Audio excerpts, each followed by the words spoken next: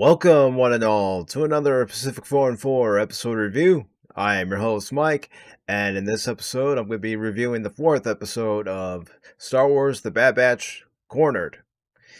And in Cornered, we find out that our intrepid friends, their ship, it's out of supplies, mainly fuel and rations. And another little caveat of this episode is that their ship is also on a wanted list. So, Tech wants to take the ship to a nearby planet after they, and by they being the group, discuss where they're going to go next. First, they're going to go to a planet that's uninhabited, and then they decide they're going to go to this planet called Pantera. And the reason why is because with their ship being on a wanted list, they need to modify its signature so it's not easily identified. So they end up landing on this planet. They land at the station, and the station master's there, and they are out there saying that they, need to be refueled and resupplied, and that everything needs to be on the down low. And the reason why everything needs to be on the down low is because the station master wants to scan in their ship, and Tech and Wrecker don't feel that that's a good idea. And of course, it wouldn't be a good idea because then our heroes would be discovered and the Empire would be after them. So it costs them a few credits to keep it on the down low while they dismantle the parts that they need to dismantle on the ship to reprogram its signature. And while Tech and Wrecker are doing that, Echo and Hunter, along with Omega, go into town to sell a few items so they can get enough credits to pay the station master. And as they're walking through the marketplace, they're looking around. Omega sees things that catch her eyes, few animals, and a stuffed trooper.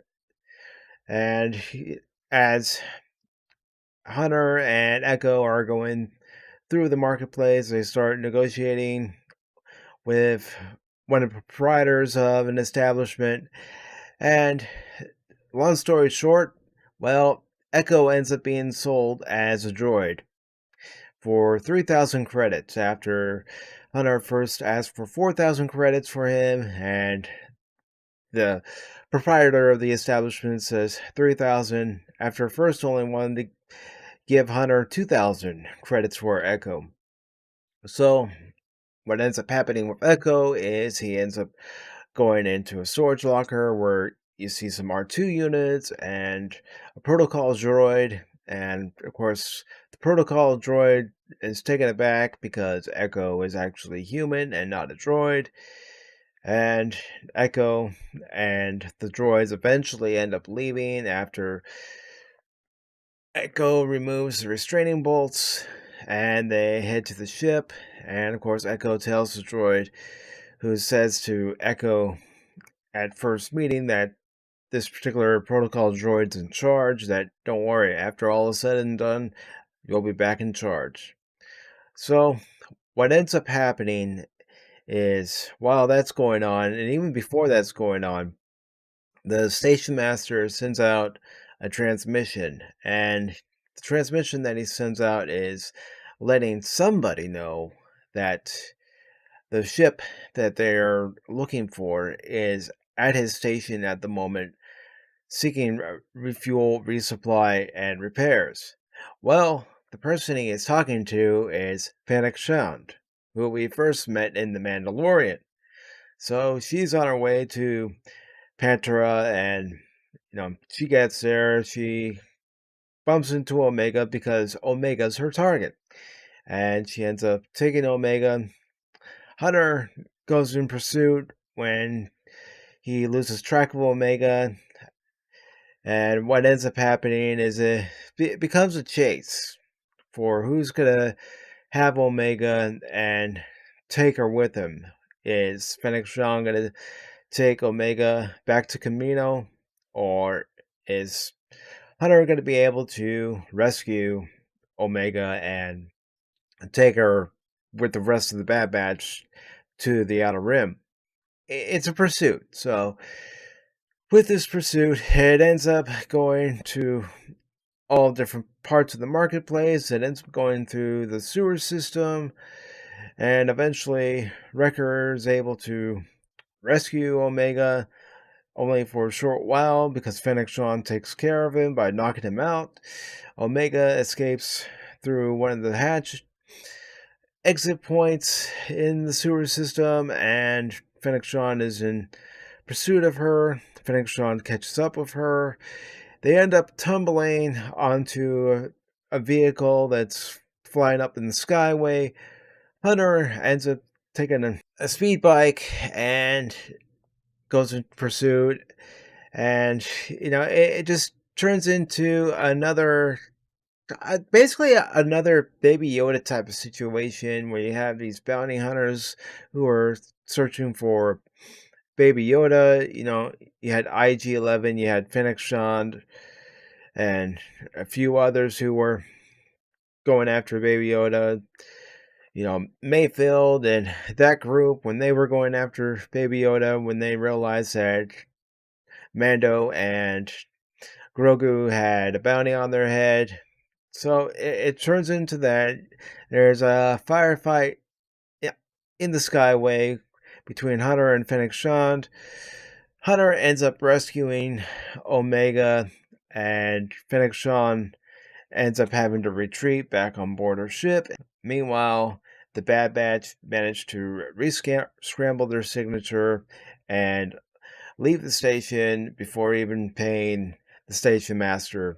What also ends up happening is, before Fennec Shand even left the planet, she lets the station master know that if they ever come through again, she wants to know. He knows how to contact her, and she wants to know immediately. So, all in all, this was an episode where it's, chase after Omega, keep her safe, and make sure that she's rescued. Kind of similar to what we already seen in The Mandalorian with Grogu and the bounty hunters in search of him to try to get him back so the Empire could work on their cloning project that they were doing. It's a repeat of what we've already seen, in other words. And I don't know. I just don't know. I just don't know how hard it is to try to come up with a story that's, not too similar to a story you've already used in a previous series. Instead of it being Grogu, now it's Omega.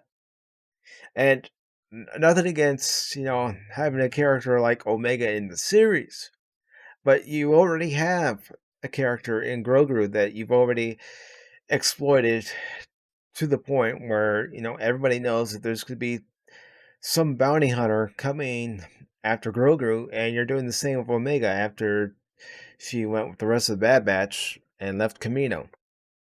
And the Kaminoans, obviously, in this episode, if it's not the Kaminoans, it's the Empire. It's one of those two groups who are after Omega. Why? Because she represents the next step in the cloning process, the next step in the program that was discussed in the previous episode.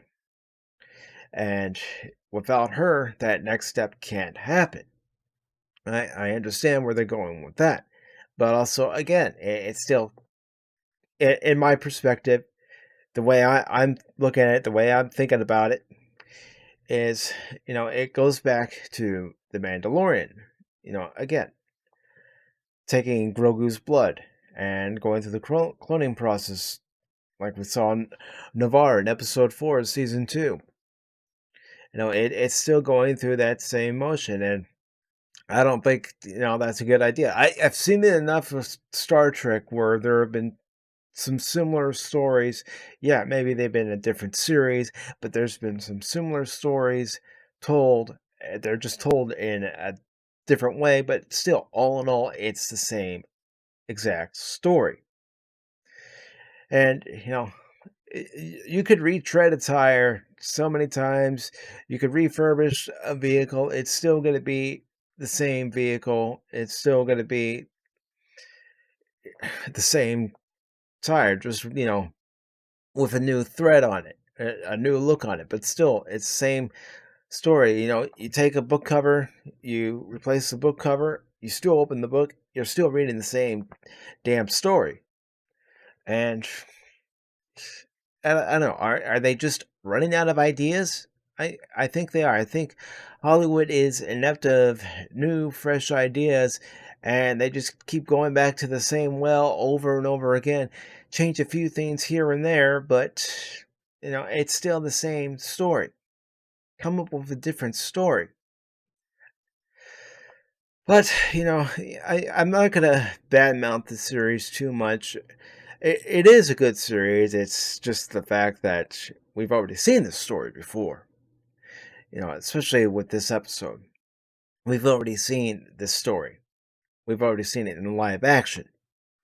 So, in my humble opinion, I'm hoping, I'm thinking that possibly, this series is going to become Rescue Omega each week. I hope I'm wrong. I really do hope I'm wrong that it's going to become the Rescue Story of the Week type of series. I really hope that they do have some fresh news stories, in the batch, so to speak, that's coming up for the series, but we'll see. But I don't know. I don't know. I'm giving this series a chance. Like I said, I like it. I just don't feel that some story threads need to be repeated over and over and over. Even if you change the setting, change the characters, and you're still giving the same plotline. I mean, Fennec Shan, this would be the second time, as far as we know, that she's going after a bounty because of cloning reasons. So, come on. But all in all, it was an okay episode. But that's my opinion. That is my opinion on this episode. That is what I think about this episode after processing the entire episode. And I know I skimmed through multiple plot points, but I'm not going to give away each and every freaking plot point of an episode. I wanted to leave enough there for you all to go back and watch this episode on your own and form your own opinion. Think for yourselves on this episode. Just don't go by what I say. Think for yourselves on this episode. If you like the way the story was, approached and delivered, well, that's on you. I just don't feel that story threads need to be retreaded over and over again. The book cover replaced over and over again, but inside, when you open the book, it's still the same damn book. That's just how I feel about it. That's all. That's really all I have to say about it. Really, I mean, how hard can it be, folks? How hard can it be to come up with a new and interesting story? I guess it's a little harder than I realize. So that's my review for the episode Cornered of the Bad Batch. Hope you all have a good day.